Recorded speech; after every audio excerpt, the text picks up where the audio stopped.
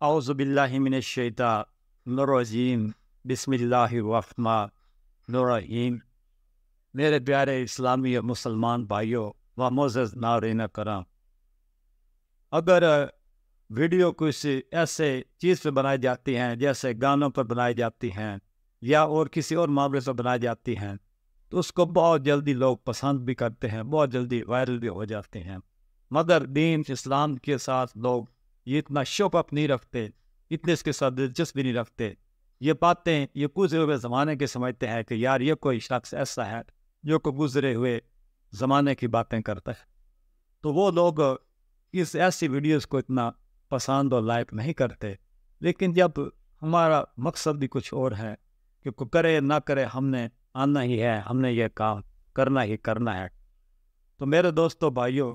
جب انسان ایک آگے ان چیزوں کے آگے جمع رہتا ہے، ایک وقت کی گاڑی کے ساتھ چلتا رہتا ہے اور ایک دن وہ اپنی منزل پر ہمیشہ پہنچ کے رہتا ہے، جو مسافر جو پیدل چلنے والے وقت کی گاڑی کے ساتھ نہیں چلتے، بیٹھ جاتے ہیں، تھک جاتے ہیں، ہار جاتے ہیں، تو پھر دوستوں اور بھائیوں پھر وہ شکست خوردہ ہو جاتے ہیں۔ میرے دوستوں بھائیوں، میں آپ کو بتانا چاہتا ہوں، حضرت بلال حبشی رضی اللہ تعالیٰ ہو، جو کہ مسجد نبی کے مؤذن تھے اور آپ کی اذان بڑی مشہور تھی، جب میرے پیارے نبی پاک صلی اللہ علیہ وسلم کا وصال ہوا تو حضرت بلال حبشی رضی اللہ تعالیٰ ہو آپ کو بہت دکھ ہوا، آپ ایک مجذوبانہ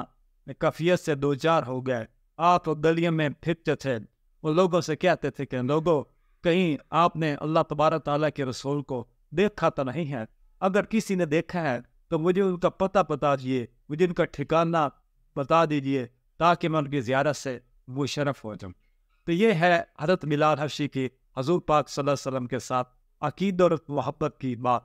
ویسے جب وہ جس جگہ پر حضور پاک صلی اللہ علیہ وسلم جلوہ افروز ہوتے تھے، آپ صلی اللہ علیہ وسلم کے سامنے جب صحابہ کرام موجود ہوتے تھے تو ان کو کتنا بڑا حوصلہ ہوتا تھا کہ ہمارے پیارے نبی پاک نور مصطفیٰ سے مستفید ہوتے تھے، حضور پاک صلی اللہ علیہ وسلم کے آتی صورت مبارک کا وہ دیدار بھی کرتے تھے اور ان کی عبادت بھی ہوتی رہتی تھی۔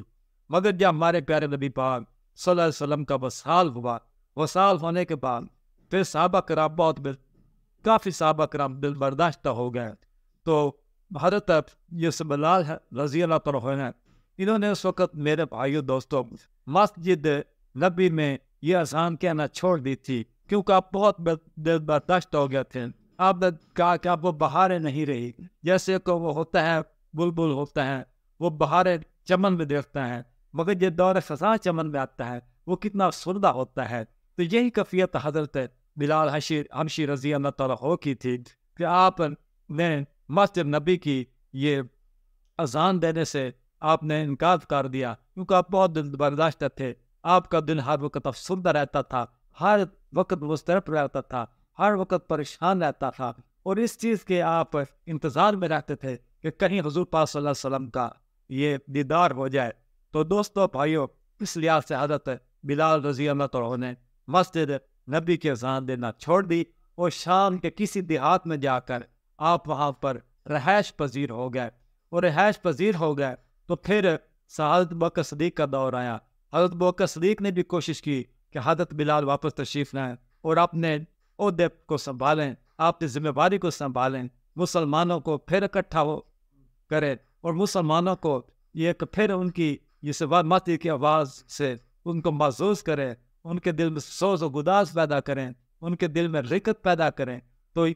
حضرت بلال نے آنے سے انکار فرما دیا۔ پھر فاروق اعظم کا دور آیا، فاروق اعظم کے دور میں پھر بھی صحابہ کو بھیجا گیا، ان سے یہ ریکویسٹ کی گئی، ان سے التماس کی گئی کہ آپ جناب تشریف لائیں، آپ اپنا عہدہ سنبھالیں، آپ اپنی ذمہ داری کو سنبھالیں، آپ حضور پاک صلی اللہ علیہ وسلم کے بہت ہی قریبی صحابی ہیں۔ تو حضرت بلال نے صحابہ کرام کو تو یہ انکار کر دیا آنے سے، مگر جب یہ دو مدنی شہزادوں کو حضرت امام حسن اور حسین پہ جب بھیجا گیا، اس وقت میرے بھائیو دوستو حضرت بلال رضی اللہ تعالیٰ عنہ آپ مان گئے اور آپ ان کے ساتھ مل کر دوبارہ یہاں پر مسجد نبی میں آئے، اور جب آپ نے اذان دی تو صحابہ کرام گھروں سے بہت سارے لوگ نکل کے آئے، صرف ان کی آواز سننے کے لیے آئے تھے۔ تو بہت سے لوگوں پر رکت تاری ہوگی. لوگوں نے دھاڑے مار مار کر رونا شروع کر دیا, کیونکہ ان لوگوں کو حضور پاک صلی اللہ علیہ وسلم کے دور کی یاد تازہ ہو گئی. انہیں حضور پاک صلی اللہ علیہ وسلم کا دور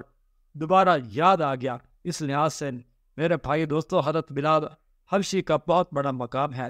یہ ایک روایت میں نے پڑھا کہ حضرت بلال حبشی رضی اللہ تعالیٰ کا جب یہ وصال ہونے لگا تو آپ کے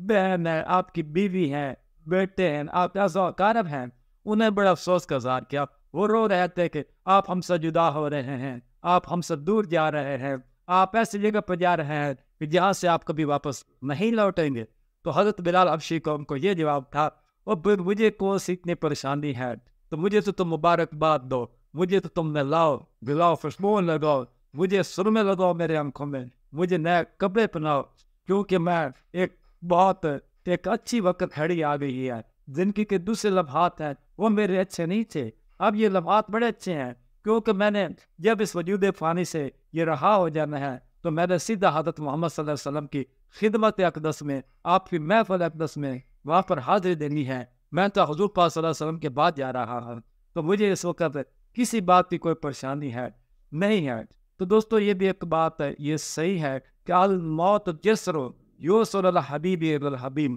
موت ایک ایسا پل ہے جو دوست کو دوست کے ساتھ ملاتا ہے. تو دوستو بھائیو, جو سو اشاق ہیں, اشاقان مصطفیٰ ہیں, غلامان مصطفیٰ ہیں, ان کے لیے تو موت ایک نعمت سے کم نہیں ہے. وہ جب بھی یہاں سے آزاد ہو جاتے ہیں تو وہ وہاں پر جا کے حضور پاک صلی اللہ علیہ وسلم کے آپ کی کچہری میں, آپ کی محفل میں وہ